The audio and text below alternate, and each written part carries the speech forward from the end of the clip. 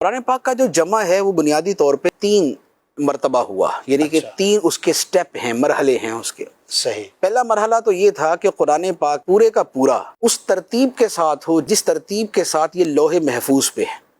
اچھا، جو آیت پہلے ہے وہ پہلے ہو، جو بعد میں ہے وہ بعد میں ہو، جو سورت پہلے ہے وہ پہلے ہو، جو بعد میں ہے وہ بعد میں ہو۔ صحیح۔ سورہ فاتحہ سب سے پہلے، سورہ بقرہ اس کے بعد، آل عمران اس کے بعد، نساء اس کے بعد، سورہ مائدہ اس کے بعد، اس ترتیب کے ساتھ، اور پھر ہر سورت کی جو آیتیں ہیں یہ اسی ترتیب کے ساتھ ہوں۔ صحیح۔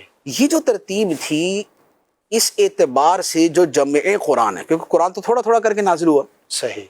تو اب اس کو ایک جگہ اس انداز میں جمع کرنا کہ صورتیں بھی اپنی ترتیب پہ رہیں، آیات بھی اپنی ترتیب پہ رہیں، یہ تو نبی پاک صلی اللہ تعالیٰ علیہ وآلہ وسلم نے خود کیا کہ جب کوئی آیت مبارکہ نازل ہوتی یا آیات نازل ہوتی یا صورت نازل ہوتی تو آپ صحابہ کرام سے فرما دیتے کہ اس صورت کو فلاں صورت کے بعد اور فلاں صورت سے پہلے رکھو۔ ماشاءاللہ۔ اچھا، آیت کے بارے میں فرما دیتے کہ یہ آیت فلاں آیت کے بعد اور فلاں آیت سے پہلے لکھو۔ صحیح۔ تو وہ یوں کر کے آیات اور صورتوں کی جو ترتیب ہے وہ جمع ہو کے جو پورا قرآن مجید ہے وہ تو خود نبی پاک علیہ الصلوۃ والسلام نے فرما دیا، تو اسے کہا جاتا ہے توقیفی۔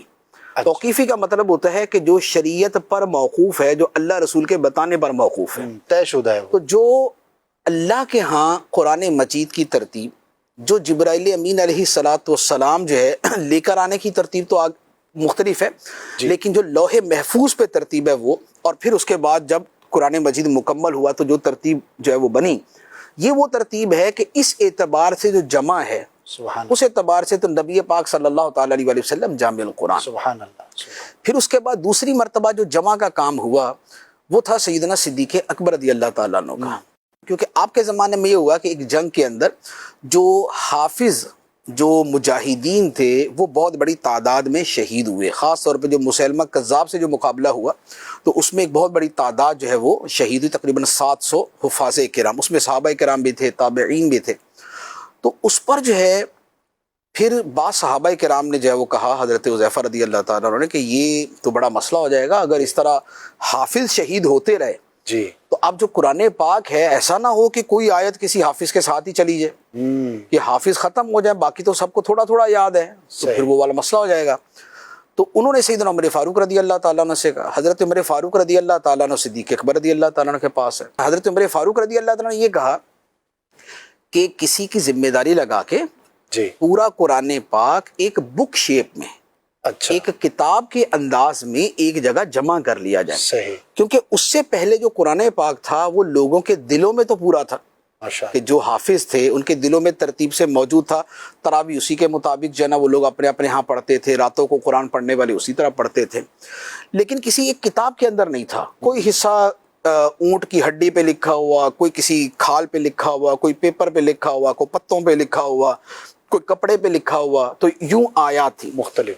تو حضرت عمر فاروق رضی اللہ تعالیٰ نے کہا کہ ایک جو ہے ایک جو اس کا فائنل نسخہ ہے جی، وہ ایسا ہونا چاہیے کہ اگر حفاظ بالفرض دنیا سے ختم بھی ہو جائیں تو کم از کم وہ ایک کاپی تو موجود ہو نا اوریجنل، کہ بھئی یہ والی ترتیب ہے، یہ آیتیں، یہ صورتیں۔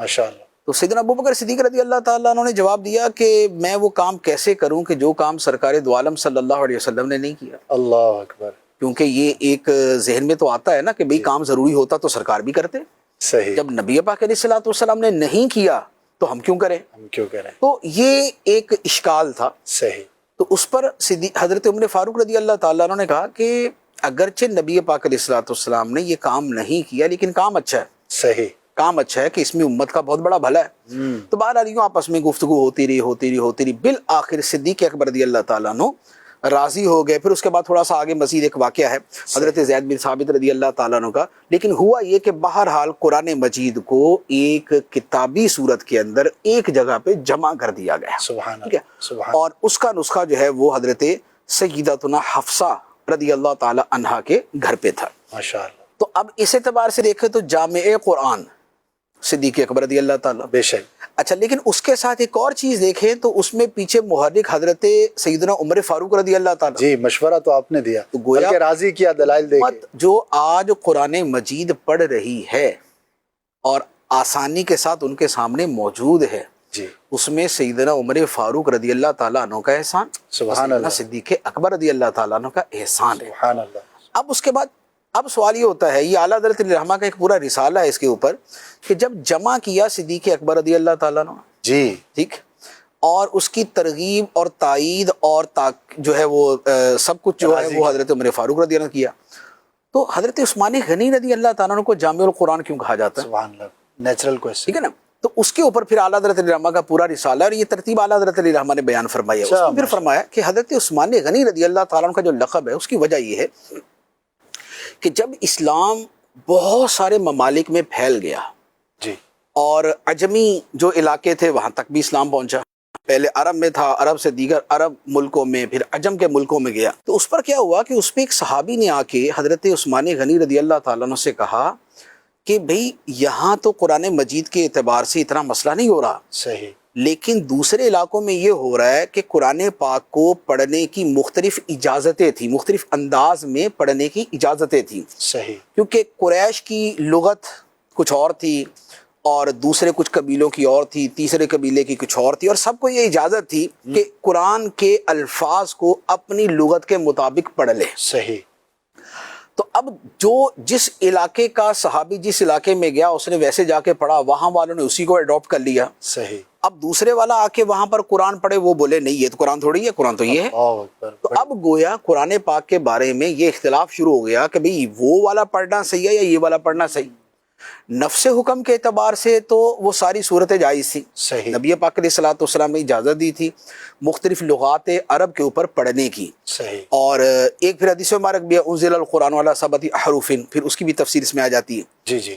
لیکن وہ صحابی جو تھے انہوں نے کہا کہ اگر یہ اختلاف ایسے جاری رہا تو امت تو اس قرآن پڑھنے کے الفاظ پر ہی آپس میں لڑ پڑے گی.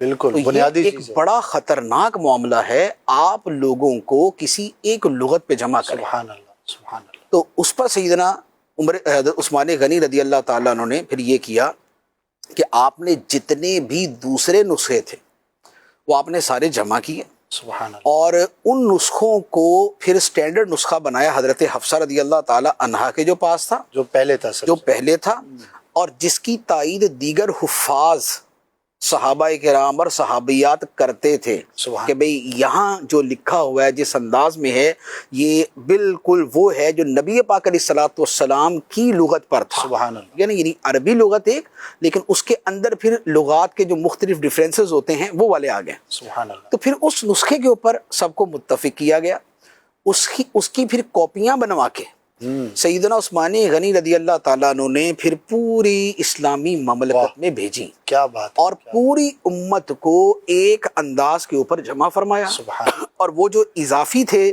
وہ سارے کے سارے آپ نے جو ہے وہ رپوش کر دیے، وہ آپ نے سائیڈ میں کر دیے.